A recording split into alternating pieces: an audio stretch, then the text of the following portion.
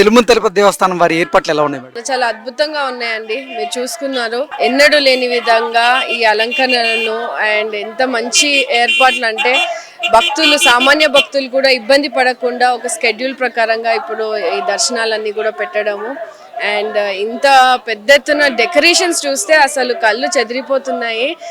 Flower decoration కానీ, దేవుళ్ళు గురించి కానీ, అండ్ పూజలు వెనక నుంచి వస్తున్నటువంటి వెంకటేశ్వర స్వామి నామస్మరణాలు కూడా చాలా చాలా అద్భుతంగా ఉంది. చాలా ప్రశాంతంగా దేవుణ్ణి కూడా ప్రజలందరూ బాగుండాలని కూడా కోరుకోవడం జరుగుతుంది. మహిళలకి చిన్నపిల్లలకి ఏర్పాట్లు ఎలా ఉన్నాయి మేడం? అవి కూడా చాలా సెక్యూరిటీని బేస్ చేసుకొని చాలా మంచిగా పెట్టారండి. అంటే వృద్ధులకు కూడా, లేకుంటే హ్యాండిక్యాప్స్ని కూడా వాళ్ళకి సపరేట్గా కూడా వాళ్ళకి లైన్స్ పెట్టడం కానీ, అండ్ మహిళలు పిల్లలు ఇబ్బంది పడకుండా ఉండేందుకు నిరంతరం అక్కడ సెక్యూరిటీని కూడా వాళ్ళకి అందుబాటులోకి తీసుకురావడము, అండ్ ఎవ్వరు కూడా ఇబ్బంది పడకుండా ఆ లైన్ని మెయింటైన్ చేయడం కూడా.